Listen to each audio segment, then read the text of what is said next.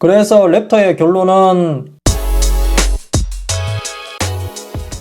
안녕하세요, 랩터입니다. 오늘은 아이폰 16이 리뷰를 해보겠습니다. 제가 2월 하순에 출시하자마자 바로 구매해서 거의 2개월 넘게 사용을 해봤고요. 그 기간 동안 다양한 비교도 해보고 테스트도 해봤습니다. 가격이 비싸게 나온 만큼 얼마나 좋아졌는지 지금부터 자세하게 살펴보겠습니다. 먼저 디자인입니다. 이 아이폰 14처럼 노치 디자인이 적용이 되어 있고요. 한 가지 다행인 것은 아이폰 13부터 적용된 줄어든 노치가 적용되어 있다는 점은 그나마 다행이죠. 여기에 추가로 아이폰 14 전면 유리에 적용되었던 세라믹 실드도 그대로 들어가 있습니다. 전면 디스플레이는 6.1인치 19.5:9 비율의 슈퍼 레티나 XDR 디스플레이가 적용이 되어 있고요. 그리고 밝기는 일반적으로 800니트까지 밝아지고요. 대신 HDR 영상에서의 밝기는 부분 최대 1200니트까지 밝아집니다. 그리고 12메가픽셀의 전면 카메라도 아이폰 14와 동일하고요. 그리고 아이폰 14와 다른 점이라면 아이폰 16처럼 액션 버튼이 들어가 있다는 점이죠. 대신 카메라 컨트롤 버튼은 적용이 되지 않았습니다. 후면을 보면 화이트 색상이고요. 이 후면 역시 카메라 부분을 제외하면 아이폰 14와 다른 점이 거의 없다고 보시면 되고요. 전체적으로 무광인데 오묘하게 빛깔이 돕니다. 특히 지문이나 이물질 같은 것은 많이 묻지 않기 때문에 괜찮고요. 카메라는 싱글 카메라가 적용되었고요. 48메가픽셀 광각 카메라만 적용이 되어 있습니다. 이 부분은 전작인 아이폰 14 대비 더 좋은 점이죠. 또한 아이폰 16에 있는 이 광각 카메라와 거의 같다고 보시면 됩니다. 크기는 아이폰 14와 완전히 동일합니다. 가로폭은 71.5mm이고요. 세로 길이는 146.7mm입니다. 두께는 7.8mm이고요. 그리고 무게는 아이폰 14 대비 5g 더 가벼운 167g입니다. 아이폰 미니처럼 한 손에 쏙 들어오는 정도는 아니지만 그래도 손이 작은 분들이 사용하기에는 괜찮은 정도이고요. 다음은 실사용성에 대해서 알아보겠습니다. 영상을 볼 때는 이런 느낌이고요. 노치 디자인이어서 풀스크린을 하지 않는 이상 거슬리는 문제는 없습니다. 아이폰 16기에 적용되어 있는 슈퍼 레티나 XDR 디스플레이는 일반 상황에서는 최대 800니트의 밝기를 낼 수 있고요.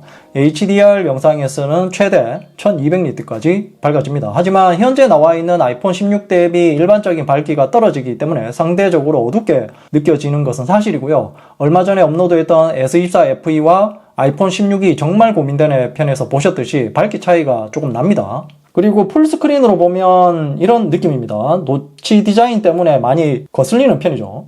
예전에 아이폰을 사용하면서 노치 디자인이 거슬렸던 분들은 구매하지 않는 것이 좋겠죠. 그리고 게임을 할 때는 이런 느낌입니다. 그립감은 괜찮은 편인데요. 손이 작은 분들은 핏이 딱 맞다고 할 정도로 괜찮다고 봅니다. 저는 조금 불편했는데요.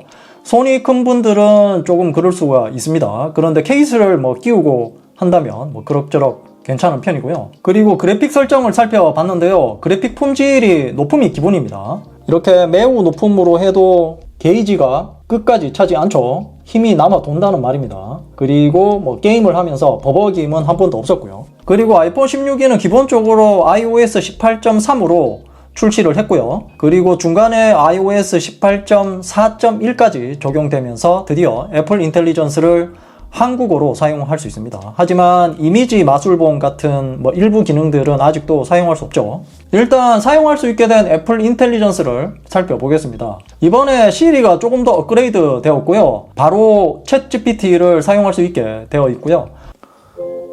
모바일 기기를 잘 사용하려면 어떻게 하면 돼? 이렇게 시리가 대답하기 힘든 것은 챗GPT로 넘겨줍니다. 그러면 챗GPT에서 대답을 해주는데요. 단순히 텍스트로만 물어볼 수 있는 것이 아니라 현재 보고 있는 사진에 대해서도 물어보면 알려줍니다. 현재 보고 있는 사진에 대해서 설명 좀 해줘.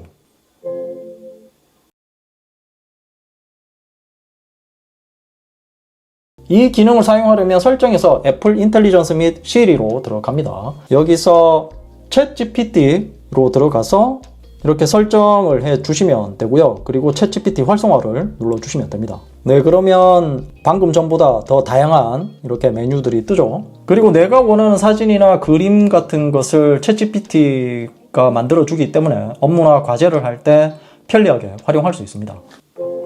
자동차 그림을 챗GPT로 그려줘. 그리고 조용한 공공장소에서 시리에게 음성으로 물어보기가 힘들죠. 그럴 때 바로 채팅 형식으로 물어볼 수 있는데요. 이 기능을 사용하기 위해서는 설정에서 애플 인텔리전스 및 시리로 들어갑니다. 여기서 시리에게 말하기 및 타이핑으로 시리 사용으로 들어가서 타이핑으로 시리 사용을 켜주시면 되고요. 그러고 나서 여기 하단부 가장자리를 2번 탭하면 네, 이렇게 타이핑으로 시리에게 명령을 내릴 수 있습니다. 그리고 또 하나 유용한 것은 바로 글쓰기 도구입니다. 글쓰기 도구는 메모장뿐만 아니라 다양한 앱에서 사용 가능한데요. 메시지나 페이지 등 뭐 여러 가지 앱에서 사용할 수 있습니다. 글을 쓸 때 간단한 키워드만 적어두고 내가 원하는 주제로 물어보면 AI가 알아서 작성을 해줍니다. 네, 제가 분명히 아이폰 16이와 아이폰 16만 쓰고 장문을 했는데요. 네, 이렇게 길게 적어줍니다. 그리고 하단에는 챗GPT에서 제안이라는 것을 추가로 더 보여주죠. 그리고 드디어 한국에서도 나의 찾기 앱을 제대로 사용할 수 있게 되었습니다. 나의 찾기 앱을 켜서 보면 내가 보유하고 있는 기기들의 위치가 뜨는 것을 볼 수 있고요. 사람, 기기, 물품, 그리고 나까지 4가지 탭을 이용할 수 있습니다. 이렇게 올려보면 기기 목록이 뜨는 것을 볼 수 있죠. 참고로 나의 찾기 앱을 제대로 사용하려면 이 계정 설정으로 들어와서 이 나의 찾기에 보면 이렇게 나의 아이폰 찾기가 켜져 있어야 되고요. 그리고 나의 찾기 네트워크와 마지막 위치 보내기도 켜고 사용하면 기기 분실 시에 도움이 됩니다. 그리고 단점에 대해서 알려드리겠습니다. 애플 유언칩이 빠져 있습니다. 에어태그를 사용할 수는 있지만 정밀 탐색 기능은 사용할 수 없고요. 그리고 여기에 추가로 자동차에서 지원하는 디지털 키도 사용할 수 없겠죠. 그리고 카메라와 충전에 관한 것은 뒤에서 또 자세하게 알려드리겠습니다. 또 하나 단점은 바로 가격입니다. 아이폰 16기가 128GB 기준으로 99만원에 출시했는데요.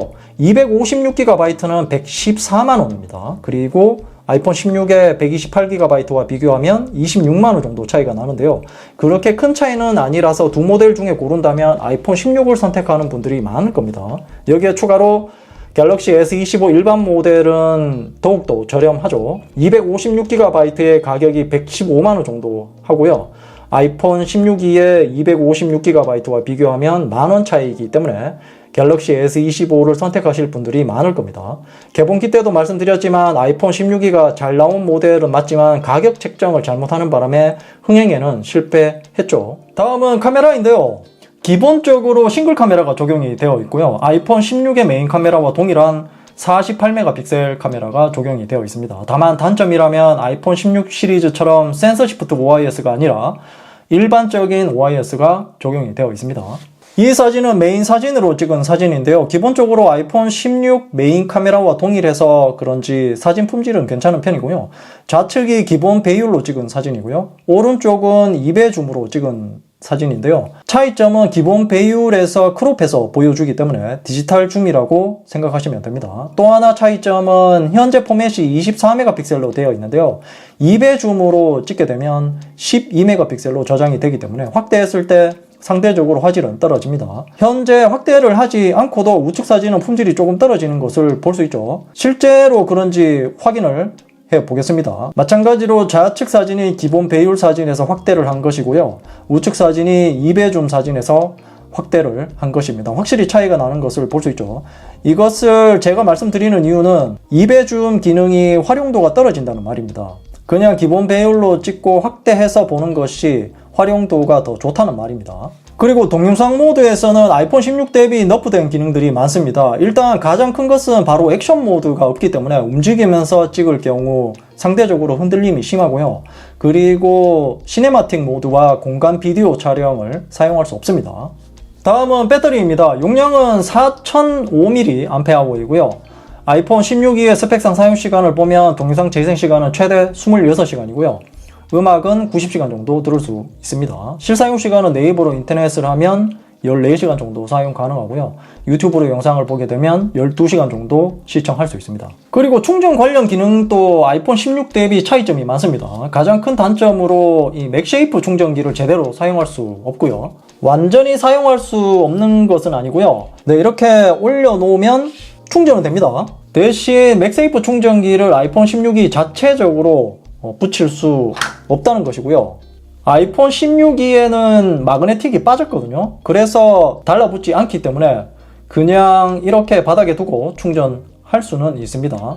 또 하나 문제는 이 충전 속도가 7.5W 충전만 되기 때문에 시간이 오래 걸린다는 것이 단점이고요. 많은 분들이 아이폰 16E를 구매하지 않는 이유가 바로 이 맥쉐이프 기능이 빠졌기 때문이라고 합니다. 네, 그럼 이제 결론입니다. 아이폰 SE4 이후 오랜만에 나와서 개인적으로 반가운 모델이었는데요. 시장의 반응은 그렇지 않았습니다. 저처럼 기다린 분들이 많았지만 가격 때문에 비판을 많이 받았죠. 99만원이라면 선택지가 많아지기 때문이죠. 실제로도 판매 실적이 저조했다고 합니다. 그래서 랩터의 결론은 대폭적인 할인이 없다면 아이폰 16E를 구매하지 말고 앞에서 말씀드렸듯이 아이폰 16이나 갤럭시 S25 시리즈를 구매하는 것이 더 괜찮을 것으로 보입니다. 이상으로 아이폰 16이 리뷰였습니다. 궁금한 점이 있다면 댓글로 남겨주시고요. 이 영상이 도움이 되었다면 좋아요, 구독하기, 그리고 알림 설정도 잊지 마세요. 랩터야, 이제 뭐 보는데 너? 좌측은 최신 영상이고 우측은 랩터가 픽한 영상이야. 랩터가 골라주는 영상 볼 거야. 최신 영상 볼 거야.